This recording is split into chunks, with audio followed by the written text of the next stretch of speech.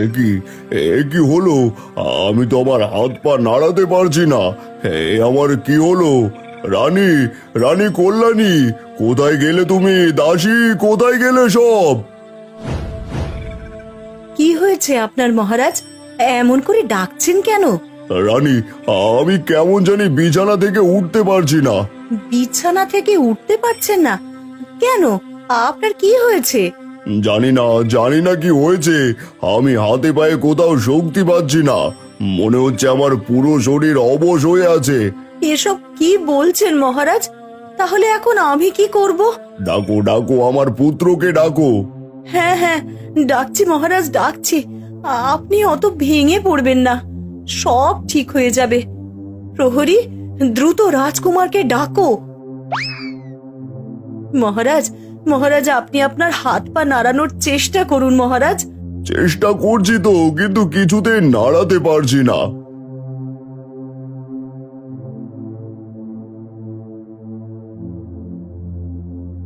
কি হয়েছে পিতাজি? কি হয়েছে আপনার পিতাজি? অরিন্দম, তোমার পিতা বিছানা থেকে উঠে দাঁড়াতে পারছেন না, আর হাত পা কিছুই নাড়াতে পারছেন না। হ্যাঁ, আমি হাত পা কিছুতেই নাড়াতে পারছি না, বিছানা থেকে উঠে দাঁড়াতে পারছি না। তুমি তাড়াতাড়ি রাজবৈদ্যকে সংবাদ পাঠাও, সে যেন দ্রুত এখানে এসে উপস্থিত হয়। হ্যাঁ পিতাজি, আমি এখনই রাজবৈদ্যকে আনবার জন্য প্রহরীকে পাঠিয়ে দিচ্ছি। প্রহরী, দ্রুত গিয়ে রাজবৈদ্যকে মহলে নিয়ে আসো। আপনি কোনো চিন্তা করবেন না পিতাজি, সব ঠিক হয়ে যাবে। হ্যাঁ, সব ঠিক হয়ে যাবে।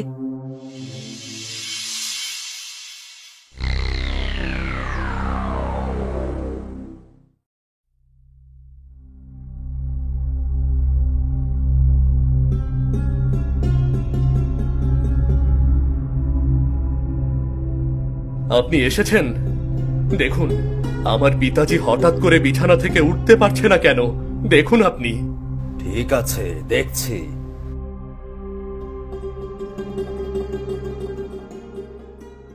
সর্বনাশ, আমি যা ভেবেছিলাম তাই হয়েছে। কি হয়েছে মহারাজের? কি হয়েছে? মহারানী, মহারাজের শরীরে এক অশুভ নক্ষত্রের আলো পড়েছে, তাই মহারাজ বিছানা থেকে উঠতে পারছে না। ওই নক্ষত্রের আলো প্রতি 100 বছর পর পর পৃথিবীতে আছড়ে পড়ে, আর যার উপরে সেই আলো পড়ে সেই এই রোগে আক্রান্ত হয়ে বিকলাঙ্গ হয়ে থাকে। এসব কি বলছেন রাজবৈদ্য? তাহলে কি আমি সারা জীবন এমন বিকলাঙ্গ হয়ে থাকবো? রাজবৈদ্য, আপনি বলুন, কি করে আমার পিতাজিকে এই রোগ থেকে সুস্থ করা যাবে, বলুন আপনি। আছে, এই রোগ থেকে মহারাজকে সুস্থ করার একটি মাত্র উপায় আছে, কিন্তু তা যে বড়ই কঠিন। আপনি উপায়টা বলুন। তা যত কঠিনই হোক না কেন, আমি আমার পিতাকে এই রোগ থেকে সুস্থ করবই করব। রাজকুমার, মহারাজকে ভালো করতে হলে লুকানো পাহাড়ের বন্ধ দরজা খুলে অন্ধকার গুহা থেকে নীলরত্ন আনতে হবে। সেই নীলরত্নের সংস্পর্শ পেলে মহারাজ সুস্থ হয়ে যাবে। তাহলে বলুন, সেই লুকোনো পাহাড় কোথায়? আমি যাব সেখানে। সেই লুকানো পাহাড় আপনাকেই খুঁজে বের করতে হবে, কিন্তু মনে রাখবেন, সেই পথ কিন্তু সহজ হবে না। ঠিক আছে, আমি সেই লুকোনো পাহাড় খুঁজে বের করে সেখান থেকে নীল রত্ন এনে আমার পিতাজিকে সুস্থ করব। কিন্তু অরিন্দম, যদি তোমার কিছু হয়ে যায়? হ্যাঁ অরিন্দম, তোমার কোথাও যেতে হবে না। তুমি আমার একমাত্র উত্তরসূরি। আমি আর কয়দিনই বা বাঁচব? তার চেয়ে তুমি রাজসিংহাসনে বসে রাজ্য পরিচালনা করো। না পিতাজি, আমি আপনাকে এমন রেখে রাজ সিংহাসনে বসতে পারবো না। তাছাড়া আপনিই তো বলেছেন, আপন জনদের ধরে রাখা অনেক কঠিন। তাই আমার পথ যত কঠিনই হোক না কেন, আমি আপনাকে সুস্থ করবই। আপনারা শুধু আমার জন্য আশীর্বাদ করবেন। বেশ, যাও। আমাদের আশীর্বাদ সব সময় তোমার সাথেই থাকবে।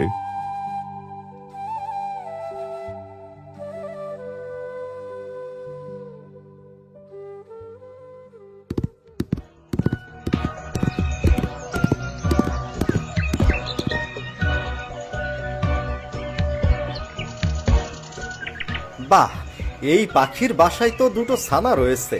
আজ তো কোনো শিকার পাইনি, যাই ছানা দুটোই নিয়ে যাই। বাহ, এই পাখির ছানাগুলো তো বেশ বড় বড় আর দেখতেও অনেক সুন্দর লাগছে। এগুলো নিয়ে বাজারে বিক্রি করলে ভালো দাম পাওয়া যাবে।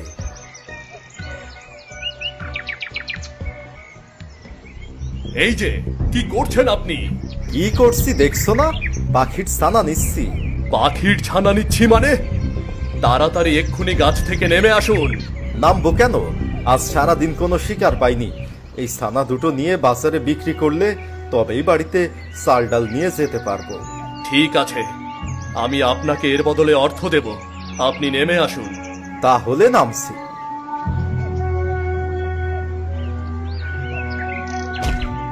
এটা নিন, এটা নিয়ে গিয়ে বাজারে বিক্রি করুন, তাহলে অনেকদিন আপনার সংসার চলে যাবে। তুমি এই সামান্য পাখির ছানার জন্য আমাকে স্বর্ণ মুদ্রা দিলে? বলো তো আসলে তুমি কে? আমি রাজকুমার অরিন্দম। কি? রাজকুমার? আমাকে ক্ষমা করে দিন রাজকুমার, আমার ভুল হয়ে গেছে। এই নিন আপনার স্বর্ণ মুদ্রা। লাগবে না, ওটা আমি আপনাকে এমনিতেই দিয়েছি। যান, এবার বাড়িতে যান। রাজকুমারের জয় হোক।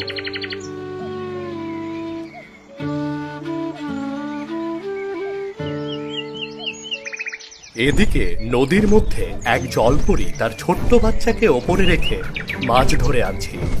হঠাৎ একটা বড় পাখি এসে জলপরীর ছোট্ট বাচ্চাকে নিয়ে উড়ে চলে যায়। এই, না না, আমার বাচ্চাকে নিয়ে যাস না, আমার সন্তানকে রেখে যা।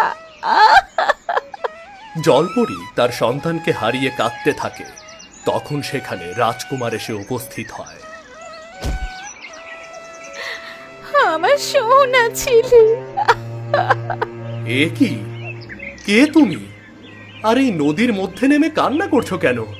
আমি আমি এই নদীর জলপরী। এক দুষ্টু পাখি এসে আমার বাচ্চাটাকে তুলে নিয়ে গেছে, আমি তাই কাঁদছি। কিন্তু আপনি আপনি কে? আমি রাজকুমার অরিন্দম। রাজকুমার, আপনি কি আমার সন্তানকে এনে দিতে পারবেন? আপনি যদি আমার সন্তানকে এনে দিতে পারেন তাহলে আমি আপনার কাছে চিরকৃতজ্ঞ থাকব। ঠিক আছে, আমি তোমার সন্তানকে খুঁজে আনার চেষ্টা করব। এবার বলো, ওই পাখিটি তোমার সন্তানকে নিয়ে কোন দিকে গেছে? উত্তর দিকে, সোজা উত্তর দিকে গেছে। ঠিক আছে, আমি তোমার সন্তানকে খুঁজে আনার চেষ্টা করব।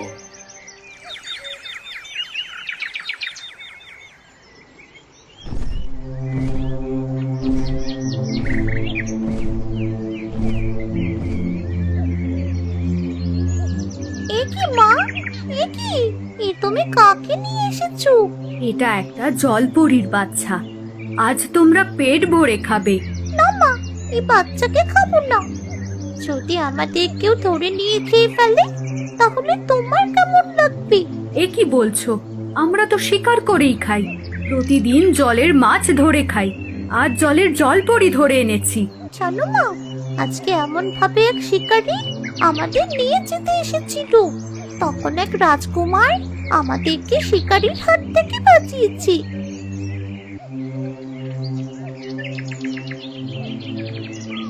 ওই তো সেই রাজকুমার যে আমাদের প্রাণ বাঁচিয়েছে। তোমাদের প্রাণ বাঁচিয়েছে? তাহলে তো রাজকুমারকে একবার ধন্যবাদ দিতেই হবে। এই যে রাজকুমার, তোমাকে অনেক ধন্যবাদ। তোমার জন্য আমার বাচ্চারা সুরক্ষিত আছে। না না না না, ধন্যবাদ দিতে হবে না। তবে তুমি চাইলে আমার একটা উপকার করতে পারো। বলো বলো, তোমার কি উপকার করতে হবে? একটা পাখি কিছুক্ষণ আগে এক জলপরীর বাচ্চাকে তুলে নিয়ে এসেছে। তুমি কি সেই বাচ্চাটা খুঁজে বের করে দিতে পারবে? হ্যাঁ, সে বাচ্চা তো আমার কাছেই আছে। আমি সেই বাচ্চাকে তুলে এনেছি। তাহলে বাচ্চাটা আমার কাছে দিয়ে দাও। বাচ্চাটার মা বাচ্চাটাকে না পেয়ে অনেক কষ্ট পাচ্ছে। হ্যাঁ মা, বাচ্চাটিকে দিয়ে দাও। আজ আমরা না হয় না খেয়ে থাকবো। হ্যাঁ হ্যাঁ, এখনই দিচ্ছি।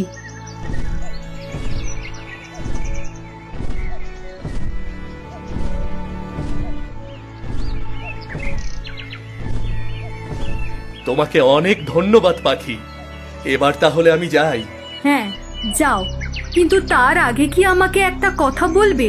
তুমি কেন এই জঙ্গলে ঘুরে ঘুরে সবার উপকার করছো? আসলে আমি আমার পিতাকে সুস্থ করার জন্য নীলরত্নের খোঁজে বেরিয়েছি, কিন্তু পথে তোমাদের বিপদ দেখে প্রথমে সবাইকে সাহায্য করছি। তুমি অনেক ভালো, কিন্তু তুমি কি জানো সেই নীলরত্নের পাহাড়ের গুহার দরজা খুলতে কি প্রয়োজন? না, তা জানি না। শোনো, সেই নীলরত্নের পাহাড়ের গুহার দরজা খুলতে তোমার অগ্নি পাখির পালক প্রয়োজন হবে। তাহলে আমি সেই অগ্নি পাখির পালক কোথায় পাবো? চিন্তা করো না, তুমি আমার সন্তানদের বাঁচিয়েছো, আমি তোমাকে সেই পালক এনে দেব। তবে তার আগে তোমাকে সেই পাহাড় খুঁজে বের করতে হবে, কিন্তু সেই পাহাড় তুমি এমনি এমনি খুঁজে পাবে না। তাহলে এখন আমার কি করা উচিত? তোমাকে সেই পাহাড় খুঁজে বের করতে হলে অন্ধকার জঙ্গলে গিয়ে পেতনি রানীর কাছ থেকে জাদুর সুরমা নিয়ে চোখে লাগাতে হবে, তবেই তুমি সেই পাহাড় খুঁজে পাবে। যাও, এবার জলপরীর বাচ্চাকে দিয়ে অন্ধকার জঙ্গল থেকে পেতনি রানীর সুরমা জোগাড় করো। যাও। হ্যাঁ, আমি এখনই যাচ্ছি। তো বন্ধুরা, এরপরে কি হতে চলেছে সেটা জানবো আমরা পরের পর্বে। দেখা হচ্ছে